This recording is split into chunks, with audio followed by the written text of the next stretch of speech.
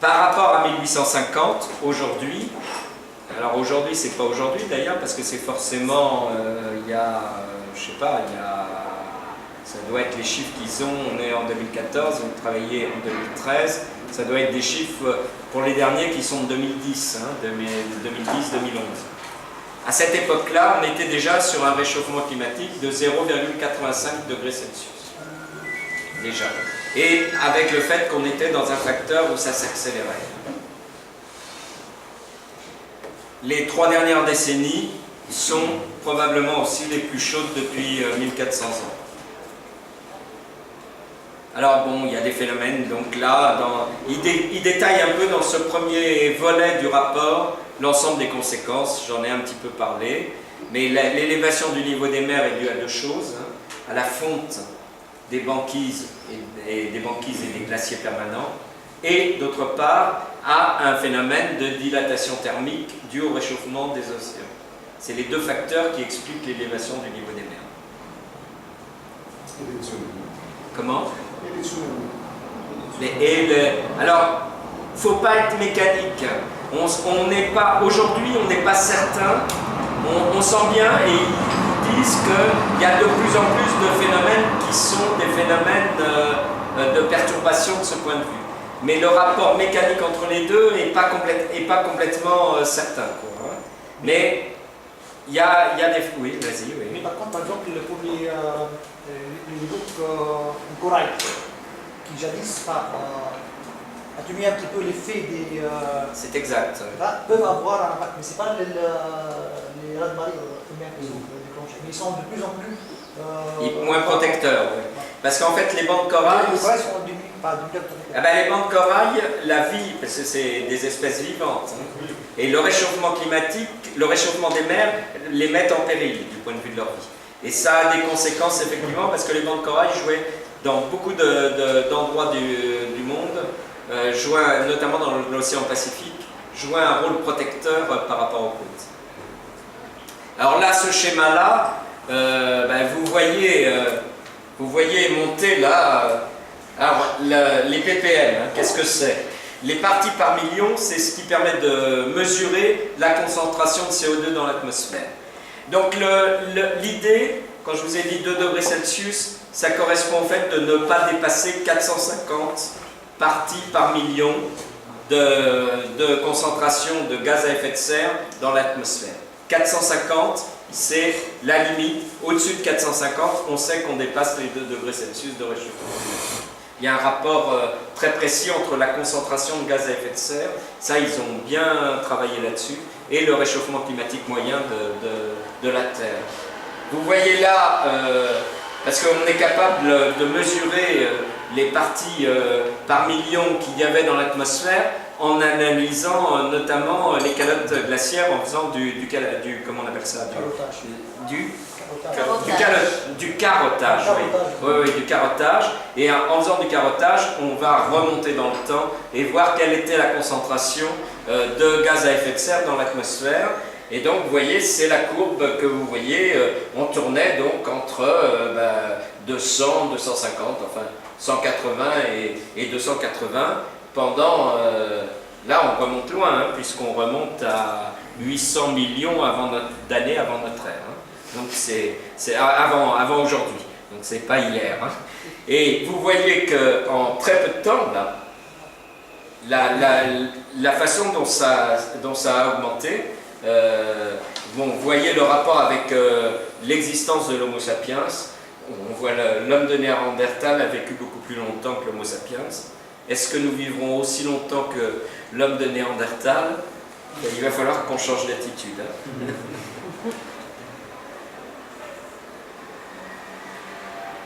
C'est bon? Bon, donc là c'est des anomalies de température moyenne du globe par rapport... Alors donc on a pris on a fait la température moyenne sur la période 1900-2000 et puis on regarde quels sont les écarts chaque année. Donc vous voyez que de 1900 à 1980, encore que déjà de 1940 à 1980 on voit le changement, il y a 3 périodes. Quoi.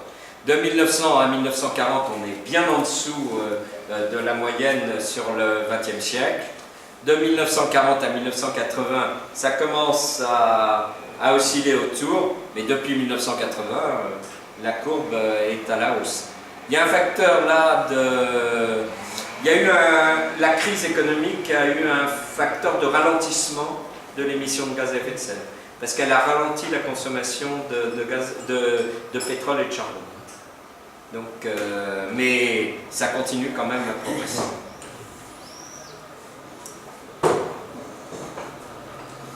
Alors le deuxième volet du 5e rapport, donc, il étudie les impacts. Alors il part sur plusieurs scénarios.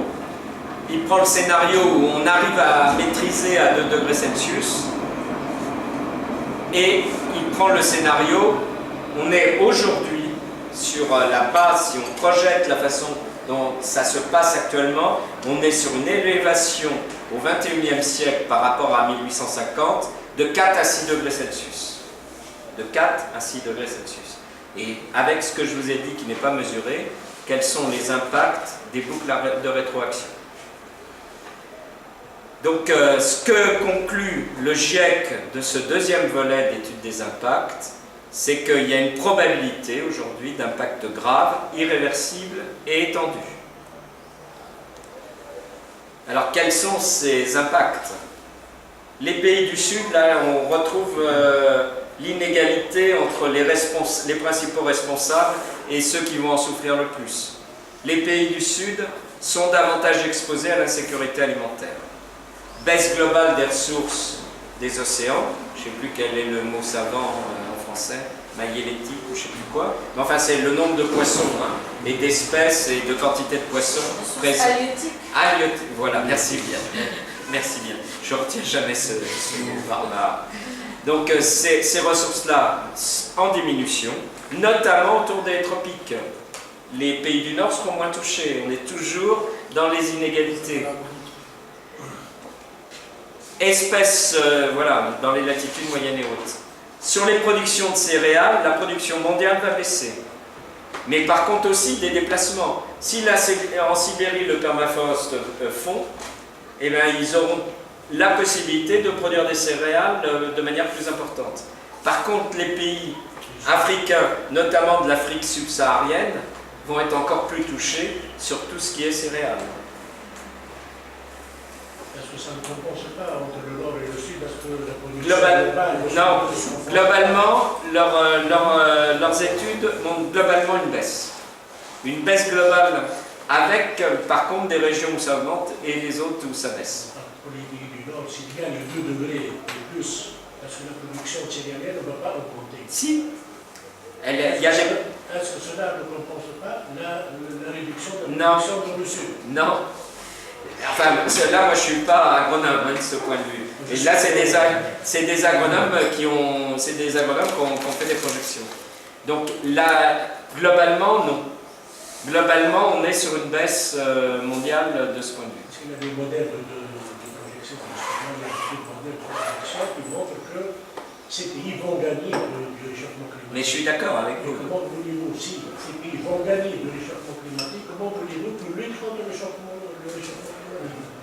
Ah oui, la contradiction. Oui. Alors, ceci. Oui. Donc, on a déjà un constat d'échec. Pour ces pays-là, on va constater encore un constat d'échec. Alors, sur les industries agroalimentaires des pays du Nord, ça peut jouer. Encore que, il y a d'autres facteurs là qu'on n'a pas pris. Le deuxième facteur sur l'eau, j'ai mis notamment en Afrique, en Asie et en Australie, mais également le sud de la France, l'Espagne, l'Italie, la Grèce sont touchés. Également. Pas de manière aussi importante, mais ils sont également touchés.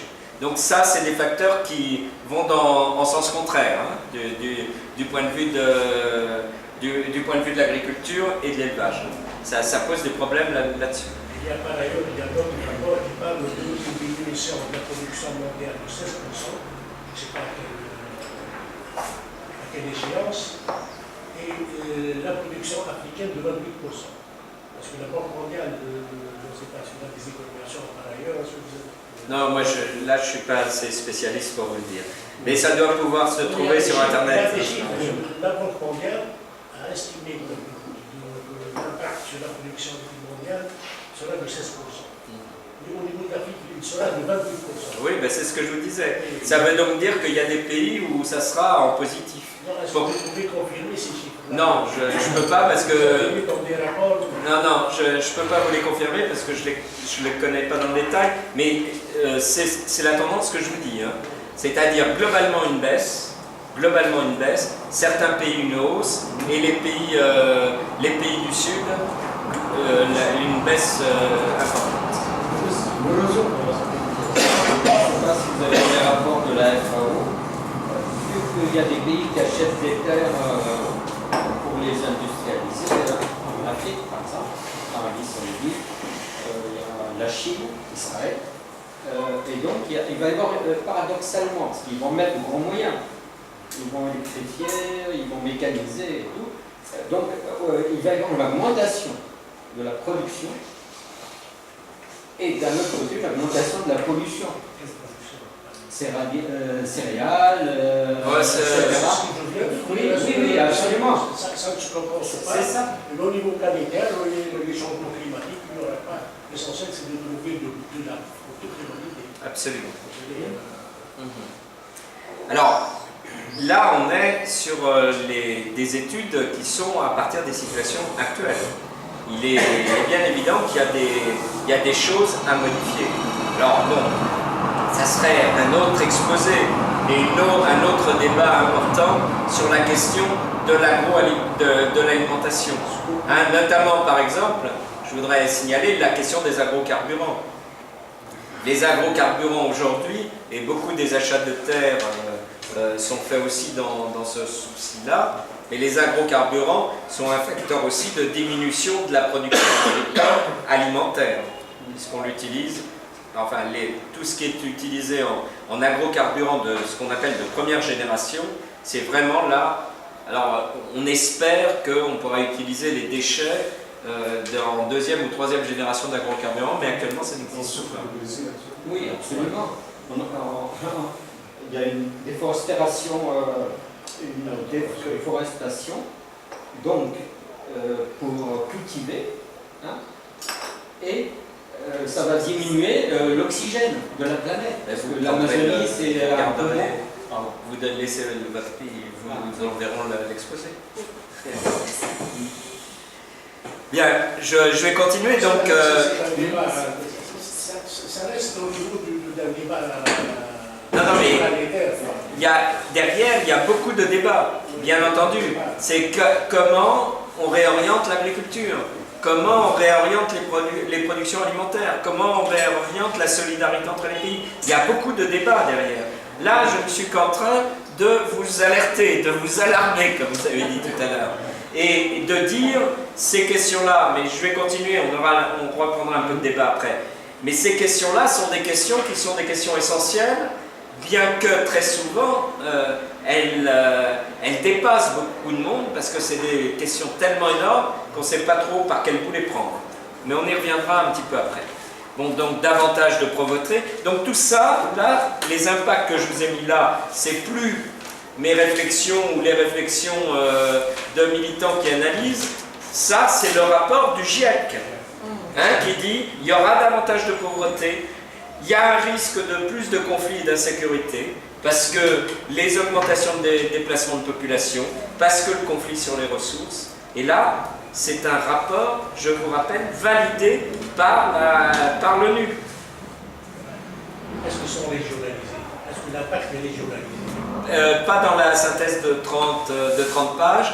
Dans les 2000 pages, il y a des éléments. Mais le problème aujourd'hui encore, c'est qu'il faut là faire des études beaucoup plus détaillées par région, ce qui n'a pas forcément été encore fait de manière systématique, loin de là. Parce que la mobilisation citoyenne, on va peut-être y arriver, la mobilisation citoyenne, c'est sur des résultats régionalisés.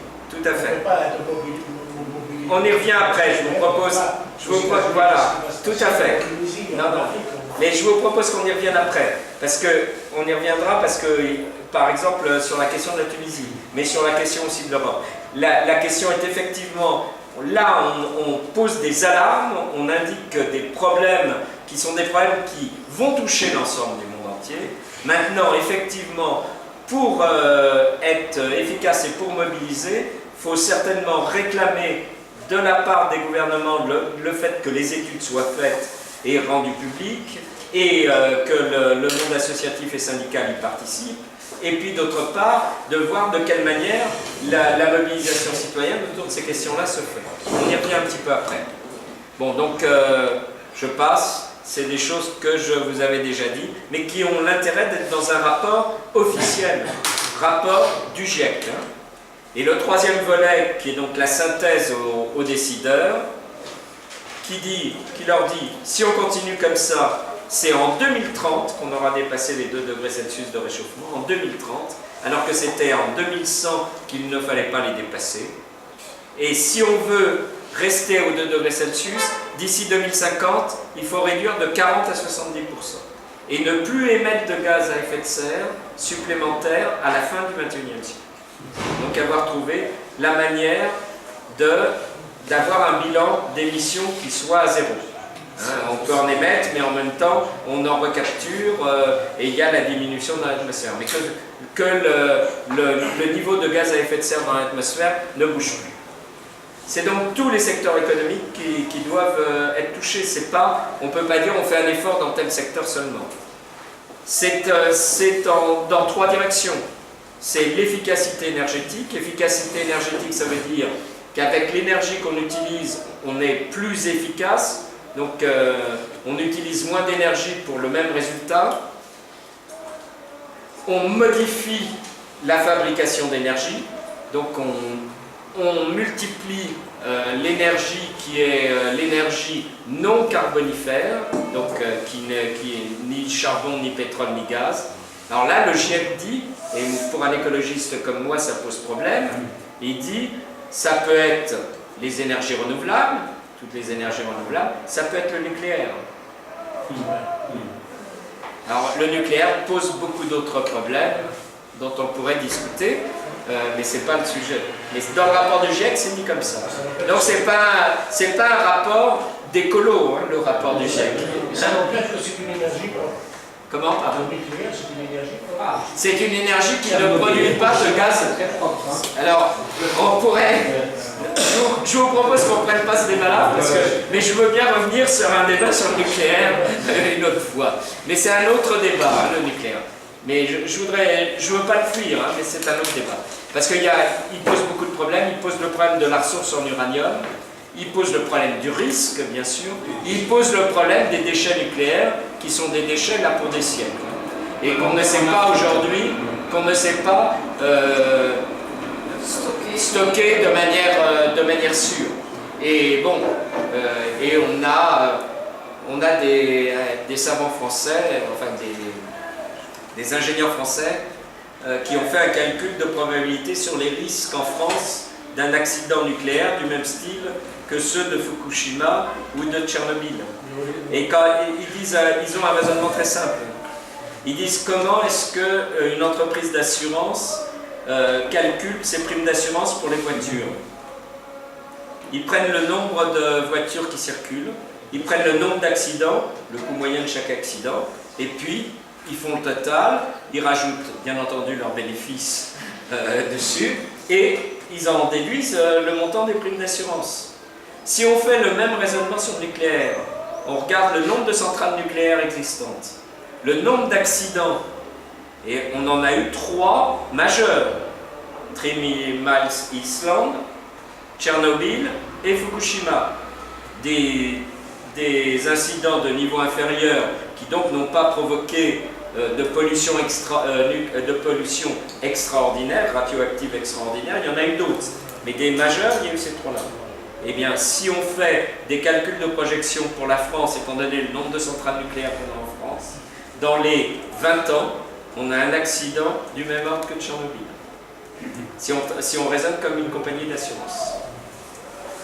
C'est intéressant comme mode de raisonnement. Bon, mais c'est un autre débat. Les conséquences... alors, le rapport du GIEC dit La conséquence, c'est qu'il doit y avoir des modifications sur notre mode de vie, enfin sur le mode de vie des populations.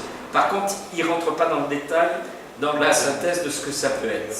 C'est un peu dommage, mais là, ils n'ont pas été plus loin. Mais ils disent, ce qu'ils disent et qui est important aux décideurs, ils leur disent, attention, gouvernement, c'est des mesures qui sont des mesures d'importance, ils appellent ça des révolutions, c'est eux qui utilisent le terme de révolution.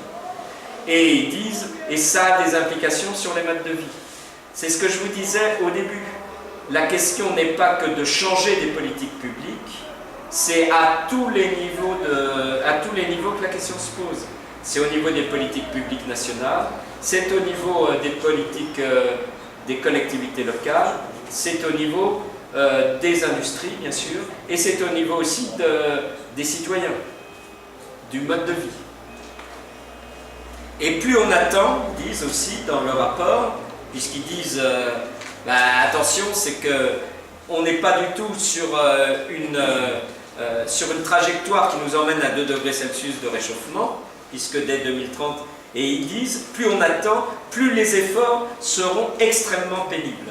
Alors il y a un banquier anglais, là je n'ai pas mis l'information, je ne me rappelle plus les détails, mais qui a chiffré, il a fait ça dans les années 2005, qui a chiffré le coût du réchauffement climatique si on le laisse aller, et qui a chiffré le coût de prendre les engagements l'ensemble des engagements nécessaires de réaménagement de l'ensemble des transports, des industries, etc. Et il montre que ça coûte beaucoup moins cher de faire les réaménagements, mais c'est aujourd'hui qu'il faut les commencer, que autrement, ce qu'on aura comme conséquence dans 30 ans ou 50 ans. C'est le grand problème des gouvernements démocratiques. Les dictateurs, ils s'en foutent de leur population. Mais les gouvernements démocratiques, quand ils s'occupent de leur population, leur problème, c'est qu'ils s'occupent de leur réélection à 5 ans, de l'élection suivante, et du nombre de voix qu'ils vont avoir. Et ils ne sont pas dans des schémas qui sont les schémas de prise en compte sur 10 ans, 15 ans, 20 ans. C'est jamais le mode de raisonnement d'un gouvernement qui est issu d'élection. Et ça, c'est un des problèmes de la démocratie.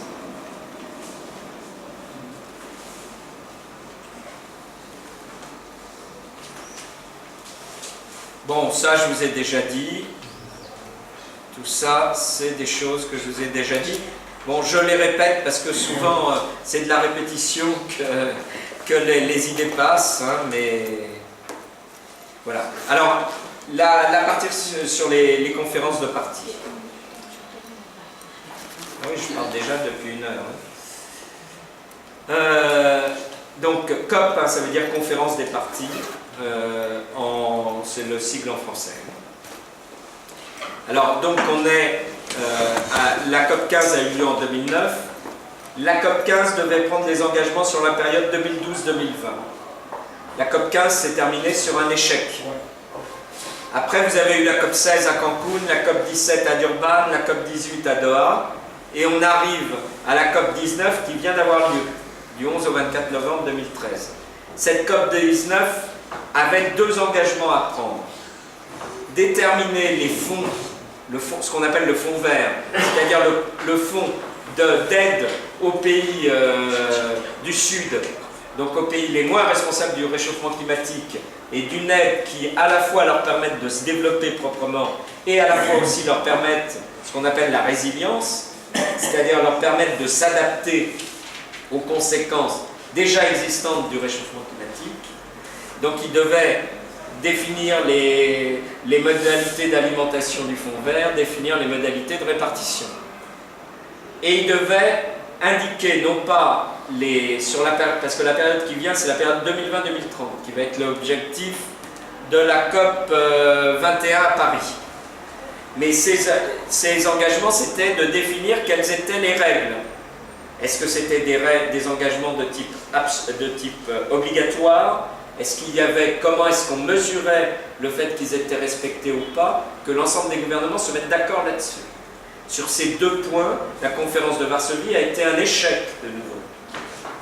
Et du coup, les associations, parce que dans ces sommets, il y a l'ensemble des pays, Mais il y a l'ensemble ensuite de ce qu'on appelle la société civile. Alors dans la société civile, il y a tout. Il y a à la fois les industries, tous les lobbies industriels, et il y a aussi toutes les organisations syndicales, environnementales, de solidarité internationale, etc. Toutes les associations, syndicats inclus, ont quitté le sommet de Varsovie avant la fin, en disant « vous n'êtes pas sérieux dans la façon dont vous travaillez, nous tirons la sonnette d'alarme devant l'ensemble de l'opinion publique ». La COP20 a lieu à Lima cette année, donc c'est fin novembre, mais en fait c'est du 30 novembre ou même pas, c'est du 1er décembre au 11 décembre 2014. Donc la COP de Lima doit faire avancer les travaux pour que la COP 21 à Paris, alors à Paris ils n'ont rien trouvé de mieux que de la faire sur l'aéroport du Bourget. Comme symbole d'une conférence sur le climat sur un aéroport, c'est pas mal. Et ça c'est des raisons de sécurité policière. Parce que bien isoler l'aéroport du Bourget, bien le protéger d'éventuels manifestants, c'est assez facile. C'est ça la raison. Mais donc cette COP21 doit prendre les engagements sur la période 2020 à 2030. Alors je vous ai mis la géo-ingénierie, un plan B. Une simple remarque. Oui. Si les constats d'échec du 15, du 19 et peut-être du 20, pourquoi pas faire le 21 s'il n'y a que des constats d'échec? Mais vous venez de dire que Alors, les associations ont quitté les COP 15, les COP 19, pourquoi faire non, la COP 15, elle ne les avait pas quittés. On est resté jusqu'au bout. Oui, mais il n'y a pas la... de résultat. Je ne sais pas pourquoi on continue ce mélange. Alors, vous posez une très bonne question parce que c'est une question de stratégie que l'ensemble des associations se posent.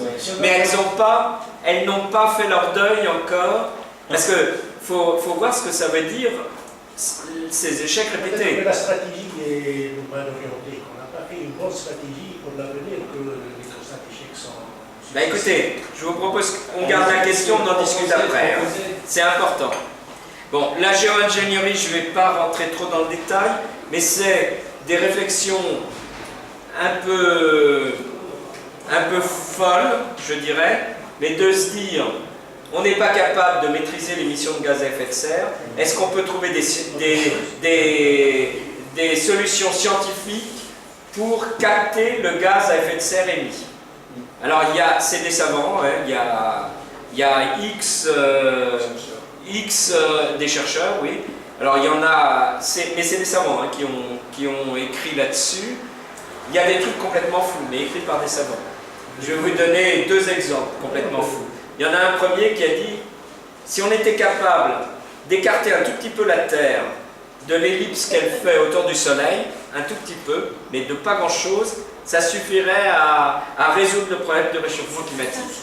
Alors comme c'était un savant, c'était pas seulement un charlatan, il a calculé qu'est-ce qu'il faudrait comme énergie pour faire ça.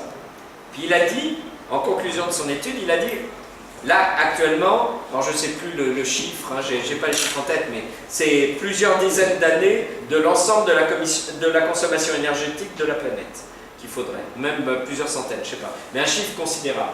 Il a dit actuellement on est incapable, c'est pas possible.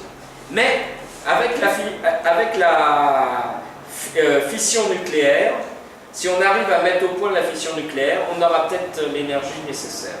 Bon. Parfois il faut passer à la fiction. Voilà. Mais il y a eu des découvertes scientifiques qui ont été faites à partir de gens qui ont imaginé. Mais là, la fission nucléaire actuellement, hein, il y a un truc dans le sud de la France, Astrid, un essai, une recherche, etc. C'est au point mort. Hein. C'est au point mort. Mais bon. Et puis alors, un autre exemple de truc complètement fou. Je vous ai dit tout à l'heure que les glaciers jouaient un rôle important parce qu'ils réémettaient la chaleur solaire. La fonte des glaciers pose un problème, donc, du coup, parce que les montagnes emmagasinent la chaleur, et notamment dans les pays des Andes, c'est un phénomène qui va à grande vitesse. Et il a proposé de repeindre les montagnes avec un mélange de chaux et de sable qui donnerait une couleur blanche, de telle manière que pareil, les rayons solaires soient renvoyés de la même manière qu'avec la glace, quoi.